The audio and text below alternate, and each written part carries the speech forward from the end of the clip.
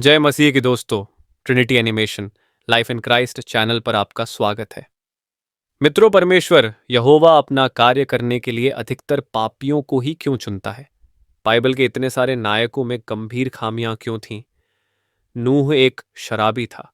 इब्राहिम ने अपनी पत्नी के बारे में झूठ बोला था। याकूब एक धोखेबाज था। मूसा ने एक मिस्री की हत्या की थी। राहाब एक वेश्या थी। सैमसन को काम और क्रोध की गंभीर समस्या थी। दाऊद व्यभिचारी था। पॉल एक फरीसी था जिसने ईसाई बनने से पहले ईसाइयों पर अत्याचार किया था। पतरस ने मसीह का इनकार किया। योना परमेश्वर की आज्ञा से भाग गया और उसका पालन नहीं किया। जक्कई पैसे का भूखा था। इन सारे लोगों में इतनी खामियां होने पर भी परमेश्वर ने इन्हें क्यों चुना? इसका जवाब बिल्कुल सरल है। सभी सिद्ध लोग स्वर्ग में हैं। पृथ्वी पर केवल वे ही लोग हैं जिनमें गंभीर कमजोरियां, खामियां हैं। जब नैतिक पूर्णता की बात आती है तो प्रतिभा पूल हमेशा बहुत कम रहा है। इसलिए परमेश्वर पापियों के साथ कार्य करता है क्योंकि उसे केवल उन्हीं के साथ कार्य करना है। स्वर्ग में हम सभी ईश्वर की कृपा से बहुत बेहतर हो जाएंगे, पूर्ण हो जाएंगे। लेकिन तब तक वह कुछ सुंदर विचित्र लोगों का उपयोग करता है जो कई मायनों में कमजोर पड़ते हैं, और वह उनके माध्यम से कुछ आश्चर्यजनक चीजें करता है। रोमियो 28 में लिखा है, और हम जानते हैं कि परमेश्वर सब बातों में उन लोगों की भलाई के लिए काम करता है जो उससे प्रेम रखते हैं और जो उसकी इच्छा के अनुसार बुलाए गए हैं। उदाहरण के लिए राहब के बारे में बात करते हैं। राहब, आपको ओल्ड टेस्टामेंट में जोशुआ की किताब से उसकी कहानी याद होगी। 40 वर्षों तक जंगल में भटकने के बाद इसराइली जॉर्डन को पार करके वादा किए गए देश में जाने वाले हैं। उनका नेता जोशुआ जेरिको की जांच करने के लिए कुछ जासूस भेजता है, जो पहला शहर है जिसे जमीन पर कब्जा करने के लिए उन्हें हराना होगा। जब जासूसों को खतरे का सामना करना पड़ता है तो परमेश्वर अपनी छत पर जासूसों को छुपाने के लिए राहब एक वेश्या का उपयोग करता है। उसे एहसास होता है कि ये लोग सर्वशक्तिमान ईश्वर के प्रतिनिधि हैं। यह देखकर कि उसके शहर को प्रभु के विरुद्ध खड़े होने का कोई मौका नहीं था, राहाब ने अपने लोगों के बजाय इसराइलियों का पक्ष लिया। वह जासूसों की सुरक्षा के लिए एक कहानी बनाती है और फिर उन्हें जल्दी से भागने के लिए अपने घर की खिड़की, जो शहर की दीवार में सुविधाजनक रूप से स्थित थी, से बाहर जाने देती है। उसकी त्वरित सोच ने इजरायली राष्ट्र को जेरिको शहर को हराने में मदद की। यदि परमेश्वर ने जेरिको के दुष्ट शहर को नष्ट करने की योजना बनाई तो उसने एक वेश्या को क्यों बचाया? उनकी कृपा तब चमकती है जब वह अपने चुने हुए लोगों और दुनिया के लिए अपनी योजना को आगे बढ़ाने के लिए एक टूटी हुई अपूर्ण महिला को चुनते हैं। राहाब पापी थी, इसमें कोई संदेह नहीं। उसने ऐसा जीवन जिया जो अनैतिक था, अनुचित, अशोभनीय। सबसे अधिक संभावना है कि जेरिको के अधिकांश नागरिकों ने उससे किनारा कर लिया। फिर भी भगवान आगे आए और उसे विश्वास दिया। बाइबल के अनुसार भगवान लोगों को उनकी योग्यता के आधार पर नहीं, बल्कि प्रेम और दया के आधार पर चुनते हैं।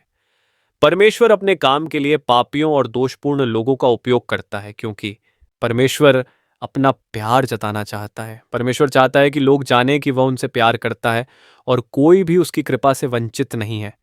परमेश्वर लोगों को ऐसी स्थितियों में डालते हैं जहां केवल वही उन्हें बचा सकता है।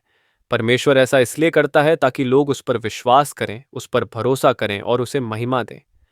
परमेश्वर मनुष्य के अहंकार को नष्ट करना चाहता है और अपने परिवार का हिस्सा बनने के लिए ताकतवर के बजाय कमजोर को चुनते हैं। परमेश्वर सभी लोगों को एक समान बनाना चाहता है। परमेश्वर पापियों को चुनता है ताकि कोई घमंड न कर सके और उसके परिवार में सभी समान हों। कुरिन्थियों 1 की 26 से 31 आयत में लिखा है, भाइयों और बहनों, सोचो, जब तुम्हें बुलाया गया तो तुम क्या थे? आप में से बहुत से लोग मानवीय मानकों के अनुसार बुद्धिमान नहीं थे। बहुत से लोग प्रभावशाली नहीं थे। बहुत से लोग कुलीन जन्म के नहीं थे। परंतु परमेश्वर ने जगत के मूर्खों को चुन लिया कि बुद्धिमानों को लज्जित करे। परमेश्वर ने बलवानों को लज्जित करने के लिए संसार की निर्बल वस्तुओं को चुना। परमेश्वर ने इस जगत के दीन लोगों और तुच्छ वस्तुओं और जो हैं ही नहीं, उनको भी चुन लिया कि जो हैं उनको व्यर्थ ठहराए, ताकि कोई उसके सामने घमंड न करे। यह उसी के कारण है कि तुम मसीह यीशु में हो, जो परमेश्वर की ओर से हमारे लिए ज्ञान अर्थात हमारी धार्मिकता, पवित्रता और छुटकारा बन गया।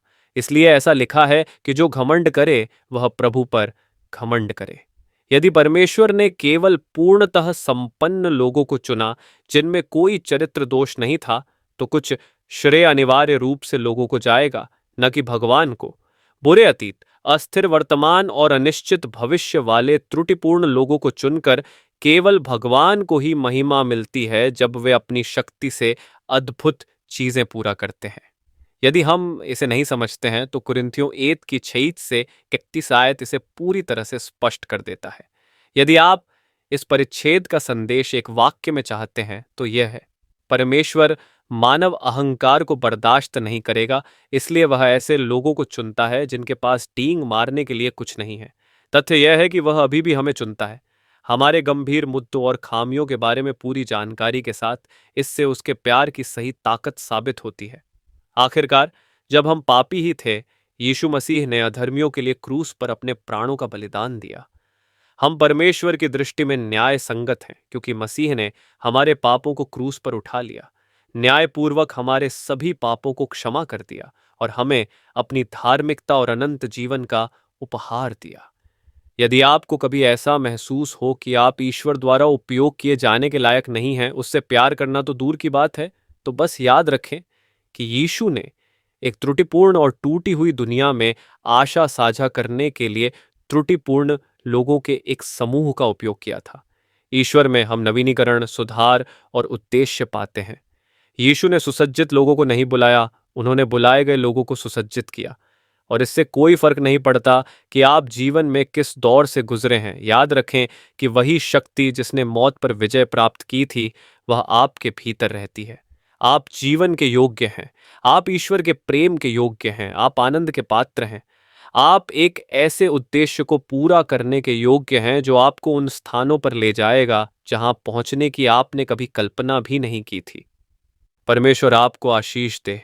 एक और नई वीडियो के साथ मैं जल्दी ही फिर हाजिर होऊंगा। जय मसीह की।